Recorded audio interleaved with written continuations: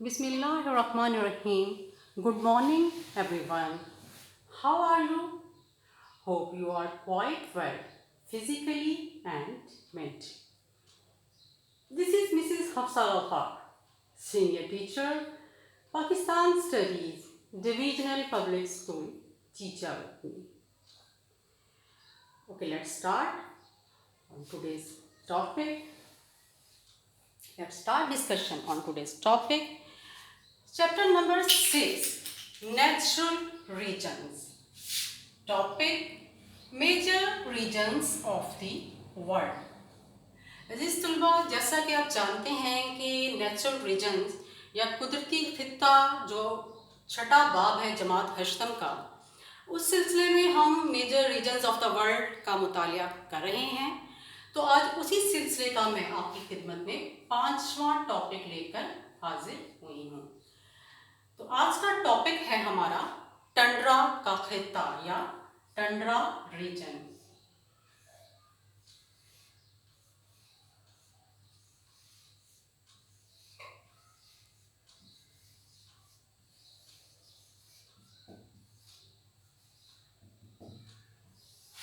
इसको आप उर्दू में टंड्रा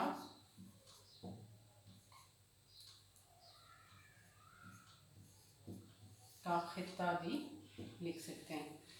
तो अजीज तलबा, टंड्रा के खित्ते की सबसे पहले तो हम देखेंगे लोकेशन। तो Tundra reason lies in the north of equator, lies north of equator. ठीक है कि ये क़ते इस्तवा के शुमाल की जानिब वाक़ है, between 60 degree and 75 degree, between 60 degree to 75 latitude. ठीक है जी, क़ते इस्तवा के शुमाल में 60 से 75 लेटीट्यूड ये, और इसमें its surrounding the Arctic ocean.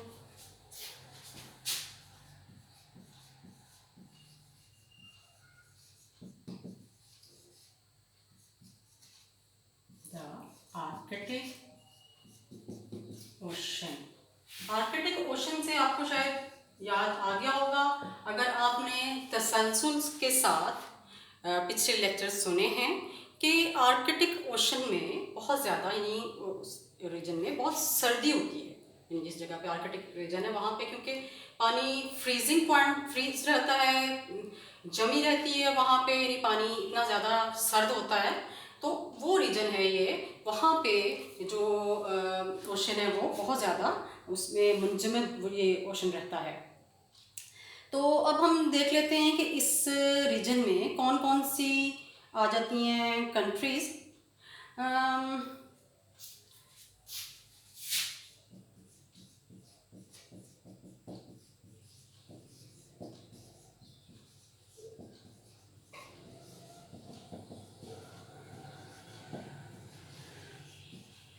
Also surrounding Antarctica जो है इसका भी एक पोर्शन, अंटार्कटिका आपको पता ही है कि दुनिया का मुंजमद इलाका, सर्द इलाका, जहाँ पे आबादी भी बहुत ज़्यादा, ये पॉपुलेटेड रीजन नहीं है, बहुत ज़्यादा वहाँ पे आबादी नहीं है और बहुत ज़्यादा सर्द होता है। ठीक है, जब हम इसका क्लाइमेट पढ़ेंगे आगे और ह्यूमन एक्टिविटीज़, उससे भी आपको अंदाज़ा होगा कि ये जो है एक निस्बतन सर्द रीजन है। पिछले रीजन जो हमने मुताला किया उनके निस्बत। तो अजीज़ तलबा, एक तो ये है कि ये a portion of Antarctica is also included in this region, ठीक है, in the south of equator। इसके अलावा रशियन साइबेरियन प्लेन, ठीक है, रशियन साइबेरियन प्लेन है जो, ठीक है,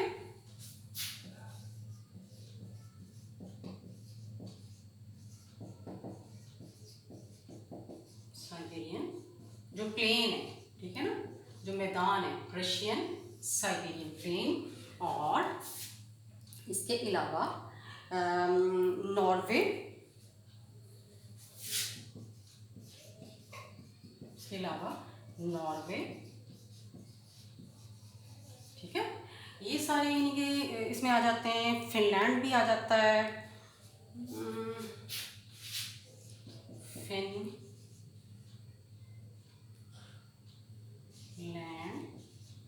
ठीक है।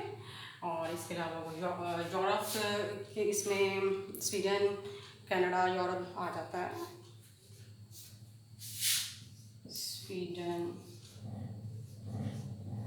कनाडा और इसके अलावा यूरोप, ठीक है। तकरीबन ये सारे इसमें रीजन्स आ जाते हैं।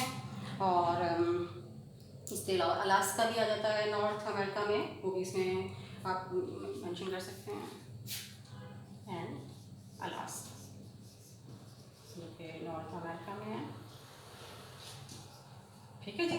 ये तो हो गई इसकी कंट्रीज़, इसकी लोकेशन पहले थोड़ी सी हमने देखी है, उसके बाद इसकी कंट्रीज़। अब हमने देखना है कि यहाँ पे क्लाइमेट कैसा है, ठीक है। द क्लाइमेट, जैसा कि मैंने लेक्चर के स्टार्ट में ही आपको बता दिया कि इस रीजन का जो क्लाइमेट है वो एक्सट्रीम कोल्ड है, ठीक है। अब ये बात आप सबको समझ आ गई है कि क्लाइमेट कैसा है, cold, not only cold, extreme cold, ठीक है। एक्सट्रीम कोल्ड क्लाइमेट है। ओके, तो एक्सट्रीम कोल्ड क्लाइमेट में विंटर सीजन तकरीबन ये रहता है 8 months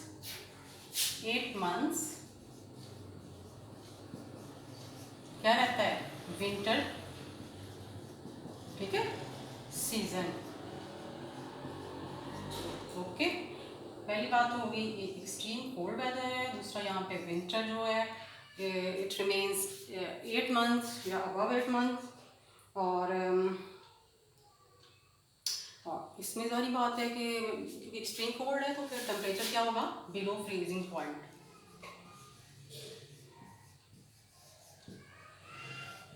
temperature below freezing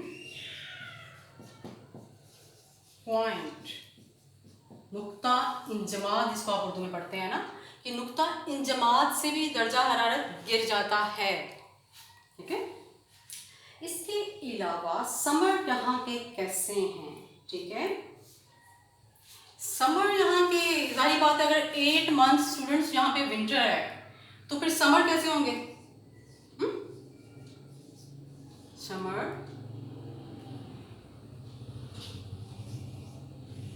summers are short, weather pleasant हो जाता है और तकरीबन 10 डिग्री तक जो है हम यहाँ पे समर में रहता है, 10 डिग्री सेंटीग्रेड तक, ठीक है।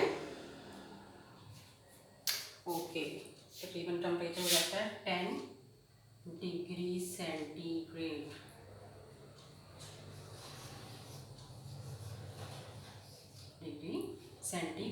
ठीक है। तो या इससे भी थोड़ा कम ही होता है, तो आप सोच लें कि समर भी यहाँ के कैसे होते होंगे। तो यानी समर में भी सर्दी होती है। ओके स्टूडेंट्स, अब हम आते हैं इसके आखिरी पार्ट की तरफ जो कि ह्यूमन एक्टिविटीज़, ठीक है। अब ह्यूमन एक्टिविटीज़ यहाँ पे किस तरह की होती हैं, जैसा कि आप ये बात अब जान चुके हैं कि जो टंड्रा रीजन है यहाँ पे एक्सट्रीम कोल्ड वेदर है, यहाँ का मौसम जो है क्लाइमेट इधर का एक्सट्रीम है, ठीक है, एक्सट्रीम कोल्ड है। तो एक्सट्रीम कोल्ड क्लाइमेट में आपके ख्याल सोचेंगे कैसी वहाँ पे ह्यूमन एक्टिविटीज़ होंगी, वहाँ की वेजिटेशन कैसी होगी। As you know, due to extreme cold weather the vegetation in this region is sparse, ठीक है। तो यहाँ की जो है वेजिटेशन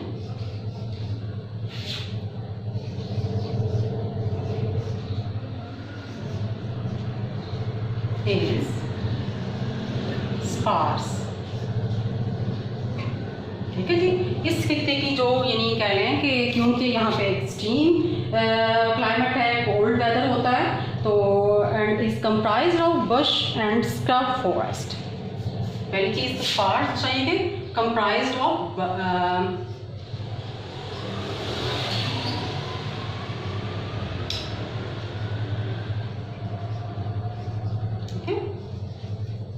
बुशेस वगैरह पे इस पर कंप्राइज होता है, ये झाड़ियों पे और इसके अलावा जो है स्क्रब वगैरह पे, स्क्रब फॉरेस्ट,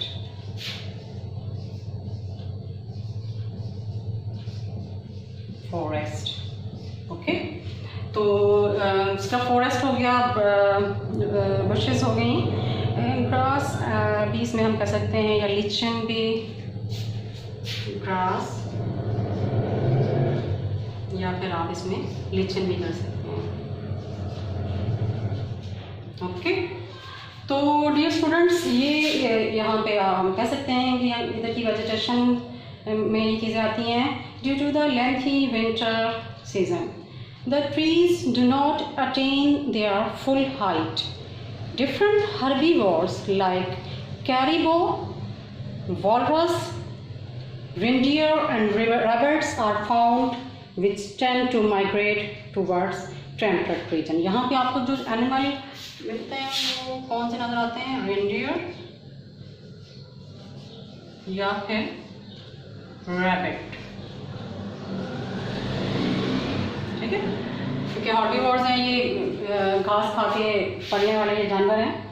तो हम कह सकते हैं कि क्लाइमेट ज़्यादा कोल्ड होने की वजह से यहाँ पे वेजिटेशन जो है वो ना होने के बराबर ही है, ऐसी सी है। Human activities are almost absent, ठीक है। क्यों absent? Due to extreme snow, the subsoil also freeze and the land remains useless for any type of activities. कि देखिए ना कि आप खुद सोचें कि एक जगह बहुत ज़्यादा जहाँ पे मौसम इंतहाई सर्द है, ठीक है ना, कि वहाँ पे उस वजह से नबातात भी बिखरी और झाड़ी नुमा दरख्त हैं वहाँ पे, और काई वगैरह की आपको नज़र आती है नबातात, क्योंकि जैसा मैंने बार बार आज के लेक्चर में जिक्र किया है कि मौसम सरमा तवील होता है ना, लॉन्ग टाइम होता है, 8 मंथ से भी ज़्यादा था। तो उसमें ये होता है कि उस वजह से दरख्तों का कद छोटा रहता है। घासखोर जो जानवर हैं यानी हर्बीवोर, उनमें रैबिट्स आ जाते हैं, रेंडियर है, और कैरिबो और वॉलरस भी उसमें मैंने मेंशन किए हैं अभी। तो इसके अलावा मौसम गर्मा मुख्तसर है, और उसके इख्तिताम के साथ ही मोतदिल खित्ते की तरफ ये जो एनिमल हैं ये हिजरत कर जाते हैं, ठीक है। इस खित्ते में इंसानी सरगर्मियाँ यानी ह्यूमन एक्टिविटीज़ ना होने के बराबर हैं, ठीक है। और बर्फबारी की वजह से जो यानी ह्यूमन एक्टिविटीज़ जो है वो ना होने के बराबर है ना होने के बराबर है। तो बर्फ़ ज़्यादा पड़ने से जो है वो बर्फबारी सतह के नीचे मिट्टी की तह पे जम जाती है, मुंजमद हो जाती है। लिहाजा हम कह सकते हैं कि ज़मीन किसी भी हवाले से इस्तेमाल के काबिल नहीं है। अज़ीज़ तलबा, that's all from my side. Please take care of your families.